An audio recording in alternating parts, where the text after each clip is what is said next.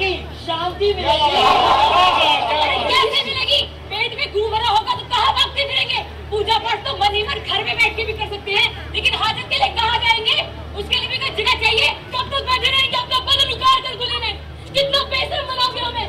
अरे अपनी घर की औरतों को रख कर देखो, हमारे यहाँ एक दिन सारी पूजा पाठ धर्म काम भूल जाएंगी। अरे तेरे तन का धर्म तो पूरा कर लेने दो, उसके बाद मन तो ध्यान देगा। बुलाओ अपने अफसर जी को, हम बताएंगे मन की शांति क्या होती है। बस्ती की सारी औरतें यहाँ धरना देकर बैठेगी, उनको और तुम सबका घिराव करेंगी और तब तक तुम्हारा हगना मुंह तक पहुँच कर देगी, जब तक तुम्हारी में तुम्हें खराबी हो जाती है। 2 साल हो गए, 2 साल मैं कमिश्नर साहब को बुला कर आता हूँ। कमिश्नर साहब को बुलाओ। देखो भाई माताओं और बहनों, माता बोलिए अपनी लुगाई को। अरे देखो, इतना गुस्सा करना अच्छी बात नहीं है, थोड़ा ठंडे दिल से काम लो। भाई हम कौन है? सरकार के मामूली नौकर, और सरकार तुम्हारी है, तुम्हारे भले का सोचती है, तुम्हारा ध्यान रखती है। ध्यान रखती है? देखो तो तुम्हें हमारा ध्यान रखना चाहिए ना, इसलिए अभी कमिश्नर साहब आए तो कम से कम शब्दों में उन्हें अपनी शिकायत बता देना। और हाँ, बहुत बड़े बहुत बिजी आदमी है, इसलिए उनके सामने वो उठ पटांग मत बोलना। तुम फालतू के लोग हैं। देखो उनके सामने वो सब मत बोलो, वो घेराव पतलून खराब वगैरह। देखो ऐसी बात नहीं है, हमारा सारा काम हमारे यहाँ से होकर जाता है, सारी फाइलें हमारे पास आती हैं, हमारे हाथों से होता है, इसलिए कमिश्नर साहब आ रहे हैं। ठीक है, धमकी देता है क्या? शांति से, कमिश्नर साहब आ गए, आराम से बात करना, आराम से।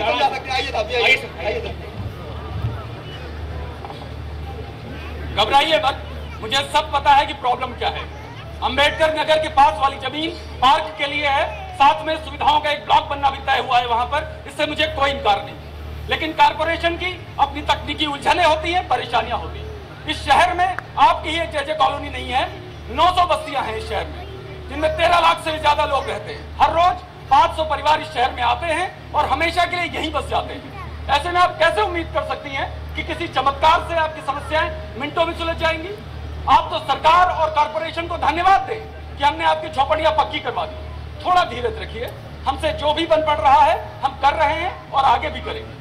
आपके बार बार यहाँ आने से और शोर शराबा करने से कोई फायदा नहीं होगा, उल्टे बात बिगड़ जाएगी और सरकार को मजबूर होकर सख्त कदम उठाने पड़ेंगे। समझे आप लोग? लेकिन सरकार टट्टियां तो बन जाएंगी हमारी। जो कुछ भी होगा आपके भले के लिए ही होगा।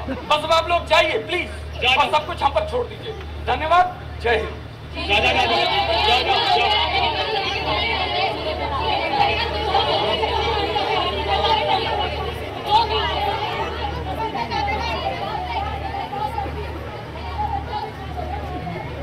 हद होती है बेवकूफी की। किसने कहा इनसे कि पार्क नहीं बनेगा और मंदिर वाले इससे ऑर्डर लाने की सोच रहे हैं? बोलिए, इतनी कॉन्फिडेंशियल बात लीक कैसे हो गई? मिस्टर अवस्थी, आपका अपने स्टाफ पर इतना भी कंट्रोल नहीं है? किसने बना दिया आपको यहाँ का हेड क्लर्क है? Sorry sir. मिस्टर अवस्थी, भुलावे में मत रहिएगा कि आपके रिटायरमेंट के 6 महीने बचे हैं तो आप पर कोई एक्शन नहीं लिया जा सकता। मैं अपनी चाहूँ तो आप इंक्वायरी ठोक के आपका पीएफ, आपकी पेंशन, आपकी ग्रेजुएटी सब रुकवा सकता हूँ, समझे? Yes sir. Yes sir, sorry sir, sorry sir, yes sir.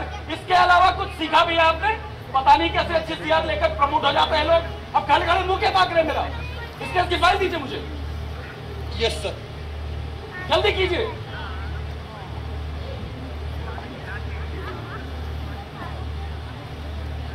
Mister Awasthi, अब मैं जो कहूं उसे ध्यान से सुनिएगा। फाइल पर ढंग की नोटिंग्स दीजिएगा। मंदिर का डायरेक्ट रेफरेंस बिल्कुल नहीं आना चाहिए। लिख दीजिए कि आज जे कॉलोनी के नुमाइंदों से बातचीत हुई, उन्होंने मांग की है कि उनके पास वाली जमीन को किसी पवित्र काम के लिए इस्तेमाल किया जाए जिससे जन साधारण का लाभ हो। समझ गए? Yes sir. फिर यस सर, समझे नहीं कि नहीं? I will try my level best sir. अरे अपना लेवल बेस्ट रहने दें, जैसा कहा गया है वैसा ही करें। Yes sir.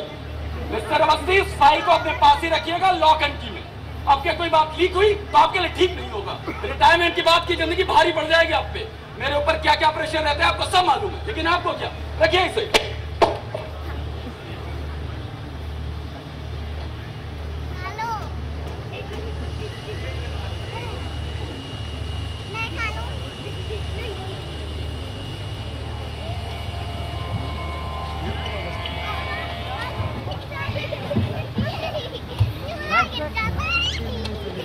तो बस जी, ऐसे थे आपके पिताजी, एकदम शांत, गौ बुझे बुझे थे।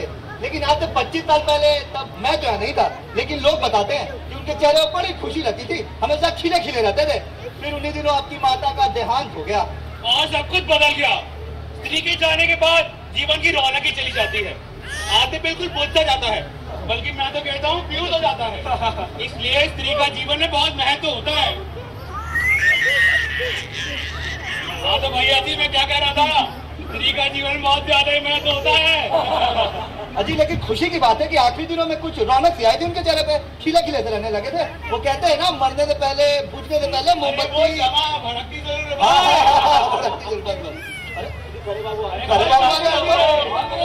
अरे खरे बाबू, आज तक ठीक ठाक है, मतलब नॉर्मल तो है ना, कहीं आज ड्राई डे तो नहीं? अरे खरे बाबू, इनसे मिलिए, ये उमेश साहब है, अपने अवस्थी साहब के बेटे। मुंह देखी बात करने की मुझे आदत नहीं है उमेश जी। बहुत अफसोस है मुझे आपके फादर का।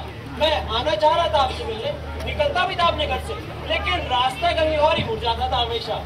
वैसे बहुत खुशी हो रही है मुझे आपको आज देखकर। चलिए आपको कुछ चाय वाय पिलवाते हैं। अरे छोटू, तो कड़क चाय लाना।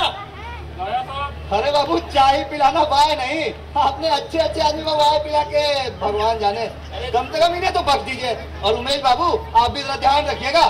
अरे तिवारी जी, किसी ने पूछा तो नहीं मेरे बारे में? क्या बात करते हैं खरे बाबू, कौन पूछेगा, सबको पता होता है आप कहाँ होते हैं। वो क्या कहते हैं आप? वो ये कहते हैं वहाँ होते जहाँ कोई नहीं होता। हम वहाँ हैं जहाँ से हमको हमारी ही खबर नहीं आती। तो बस कोई पूछता ही नहीं, एंजॉय कीजिए। तो यहीं बैठते हैं? जी हाँ, अगर दफ्तर पहुँच जाता हूँ तो यहीं बैठता हूँ। फील्ड वर्क बहुत होता होगा आपका? हाँ भी और नहीं भी, काम तो मेरा यहाँ है, लेकिन बाहर मुझे ज्यादा अच्छा लगता है। दरअसल आपको पता नहीं है मेरा डिपार्टमेंट क्या है। नायकपन मत कीजिएगा, सैनिटरी डिपार्टमेंट, यानी नाली, गटर, कूड़ा कचरा और शौचालय। तो आप बताइए कि नाली, गटर, कूड़ा कचरा, शौचालय है, लेकिन इसलिए ऑफिस वाले मुझसे छुआछूत का शुरू भी करते हैं। पता है मुझे किस नाम से बुलाते हैं? डट्टी मलिया हक्कू इंस्पेक्टर। और अंग्रेजी वाले कहते हैं ओ शिट। कुछ पुराने ठेकेदार जब मुझसे कहते हैं कि मेरे गरीब खाने में कभी तशरीफ लाइए, तो मैं उनसे कहता हूँ कभी आइए मेरे पाखाने पर। वैसे मेरे अल्फाज आपको बहुत ही क्रूर और घिनौने लग रहे होंगे, लेकिन इतने लंबे तजुर्बे के बाद मैं इसी नतीजे पर पहुंचा हूँ कि यही जिंदगी की सबसे बड़ी हकीकत है और एस्थेटिक्स की सबसे आखिरी मंजिल, जहाँ पहुंचकर कला और कलाकार एक हो जाता है, क्रिएटर और क्रिएशन का फर्क ही मिट जाता है। और चाहे कितने ही खूबसूरत अल्फाज को इस्तेमाल कर ले उमेश जी, शिट हमेशा शिट ही रहता है। Real, pure, ultimate shit. अब आप कुछ बोलिए, वरना मेरी शिटी फिलोसफी तो चलती ही जाएगी। दरअसल बिना शराब के मुझ पर इसी तरह के दौरे पड़ते हैं। अब मैं क्या कहूँ खरे साहब, मैं तो सिर्फ सुनने के लिए आया हूँ। मेरे फादर को लेकर मेरे दिमाग में बहुत सारे सवाल हैं जिनके जवाब ढूंढ रहा हूँ। आपने इतने साल गुजारे हैं उनके साथ, अब आप भी कुछ बोलिए उनके बारे में। ये भी एक आयरनी उमेश जी, एक बेटा अपने बाप के बारे में एक अजनबी से पूछ रहा है। हाँ, वैसे शायद जानने के लिए एक नजर और एंगल की जरूरत होती है, वक्त की नहीं। बरसों साथ काम करने के बाद भी हम किसी को पहचानने का दावा तो कर सकते हैं, जानने का नहीं। सच पूछे तो 15-20 बरस से मैं सिर्फ पहचानता था कि ये मिस्टर ईश्वर चंद्र अवस्थी है। उनको जानने का मौका मिला सिर्फ आखिर के 5-6 महीनों में। लेकिन है ना अजीब बात। तो क्या जाना उनके बारे में आपने? जी बहुत नहीं, कुछ थोड़ा, लेकिन बहुत खास। मुझे बताइए ना प्लीज। जी मेरा ख्याल है आज और यहाँ नहीं, 13वीं के बाद किसी शाम आ जाइएगा मेरे पाखाने पर, मेरे गरीब खाने पर। वहीं बैठकर सुनाऊंगा आपको किस्सा, क्योंकि वहीं से मैंने आपके पिताजी को जानना शुरू किया था। वैसे पीते पिलाते हैं ना आप, सूफी तो नहीं है, अच्छी देसी या विलायती? मेरा ख्याल है सिर्फ विलायती। वैसे 13वीं परसों की है ना? जी हाँ, परसों सुबह 11 बजे। तो ठीक है, मैं पहुंच जाऊंगा। वैसे यहाँ का कोई काम रुके तो आप मुझे बताइएगा। सब घबराते हैं मुझसे, मिस्टर शिट हो ना, डरते हैं कहीं चिपट न जाओ। तो आप जरूर आएंगे ना?